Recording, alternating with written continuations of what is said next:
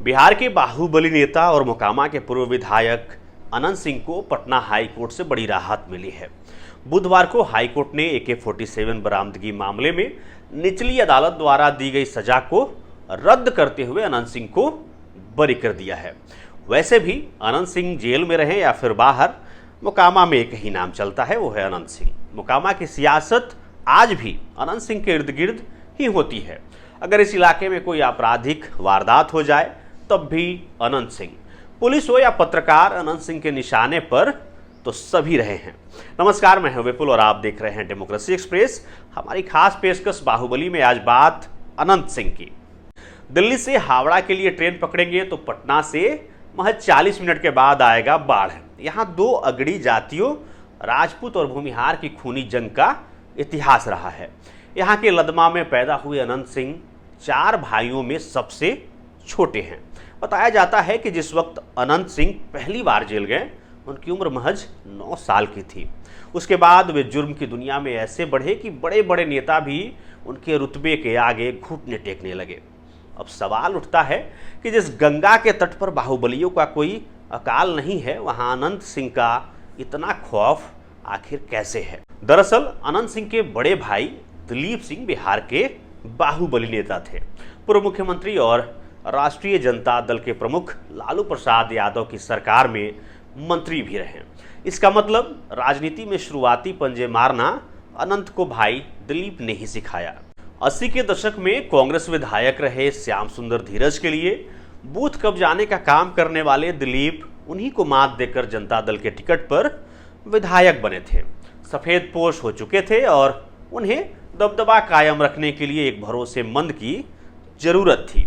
ऐसे में लंबी चौड़ी कदकाठी और रौबदार रवैये वाले भाई से बेहतर साथी भला कौन हो सकता था, जो 2 हत्या करके रंगदारी की राह पर आगे निकल चुका था। कहा यह भी जाता है कि कम उम्र में अनंत सिंह वैराग्य ले चुके थे। साधु बनने के लिए अयोध्या और हरिद्वार में घूम रहे थे, लेकिन साधुओं के जिस दल में थे वहां झगड़ा हो गया। मन वैराग्य के संसार से उचटने ही लगा था कि सबसे बड़े भाई विरंची सिंह की हत्या हो गई। फिर क्या था, अनंत पर बदला लेने का भूत सवार हो गया। वे दिन रात भाई के हत्यारे को खोजते रहे। एक दिन पता चला कि हत्यारा किसी नदी के किनारे बैठा है, तो उसे जान से मारने के लिए नदी तैरकर पार की और ईंट पत्थरों से कुचलकर उसे मार डाला। लेकिन अनंत सिंह की कहानी एक शेपक की तरह आती है। उस कहानी के बीच जो बिहार के राजनीति के 2 सबसे ताकतवर ध्रुवों ने लिखे, नीतीश कुमार और लालू प्रसाद यादव। बिहार में पिछले 30 वर्षों में इन्हीं 2 नेताओं का शासन रहा। एक जमाने में जनता दल के 2 बड़े नेता लालू और नीतीश साथ थे। लालू यादव सीएम बने, इसके लिए पूरा जोर लगाया नीतीश कुमार ने। बात 1994 की है। लालू यादव को सीएम बने 4 साल हो चुके थे और नीतीश कुमार और उनके समर्थकों को साइडलाइन कर चुके थे लालू। साल 1996 का लोकसभा चुनाव आया तो नीतीश को टेंशन होने लगी कि बिना लालू के समर्थन के नैया पार कैसे लगेगी, क्योंकि बाढ़ के जातिगत समीकरण उनका गणित बिगाड़ रहे थे। तब उनकी नज़र पड़ी रौबदार व्यक्तित्व वाले नेता अनंत सिंह पर। बाढ़ इलाके के जानकार अक्सर बताते हैं कि साल 1996, 1998 और 1999 लोकसभा चुनाव में नीतीश कुमार के लिए अनंत का साथ कितना जरूरी था। राजपूत और भूमिहार की खूनी इतिहास का गवाह रहे बाढ़ में लोग रात में घरों से निकलने से भी डरते थे, लेकिन अनंत सिंह अपने भूमिहार समुदाय के रक्षक के रूप में उभरे। सितारे तब चमके जब नीतीश कुमार ने साल 2005 में जनता दल यूनाइटेड के टिकट पर उन्हें मोकामा विधानसभा से उतारा। इसे लेकर मीडिया में काफ़ी बातें भी उछली कि नीतीश कुमार, जिन्होंने बिहार की राजनीति से अपराधीकरण को खत्म करने की कसम खाई थी, वे ऐसे शख्स को टिकट दे रहे हैं जिसके खिलाफ संगीन मामले दर्ज थे। लेकिन बावजूद इसके अनंत सिंह मोकामा विधानसभा सीट से जीतने में कामयाब रहे। छठ पर धोती बांटना, रोजगार के लिए गरीबों को तांगे देकर मदद करना और रमजान के दिनों में इफ्तार करना, ये कुछ ऐसी बातें हैं जिनके जरिए अनंत गरीबों के मसीहा और छोटे सरकार बन गए। उनके सामने नीतीश कुमार की हाथ जोड़ते हुए फोटो भी खूब वायरल हो चुकी है। हालांकि साल 2015 में जब लालू और नीतीश एक साथ आए तो अनंत ने जेडीयू से इस्तीफा दे दिया। साल 2015 का विधानसभा चुनाव तो उन्होंने जेल से ही लड़ा था। एक दिन भी प्रचार नहीं किया, लेकिन बावजूद इसके वो 18,000 से ज्यादा वोटों से जीत गए। साल 2004 में बिहार एसटीएफ ने मोकामा में अनंत सिंह के आवास पर छापेमारी की थी। तब घंटों गोलीबारी हुई थी। एक जवान और अनंत सिंह के 8 लोग भी मारे गए। गोली अनंत सिंह को भी लगी, लेकिन वे बचकर निकल गए। गिरफ्तारी भी नहीं हुई थी।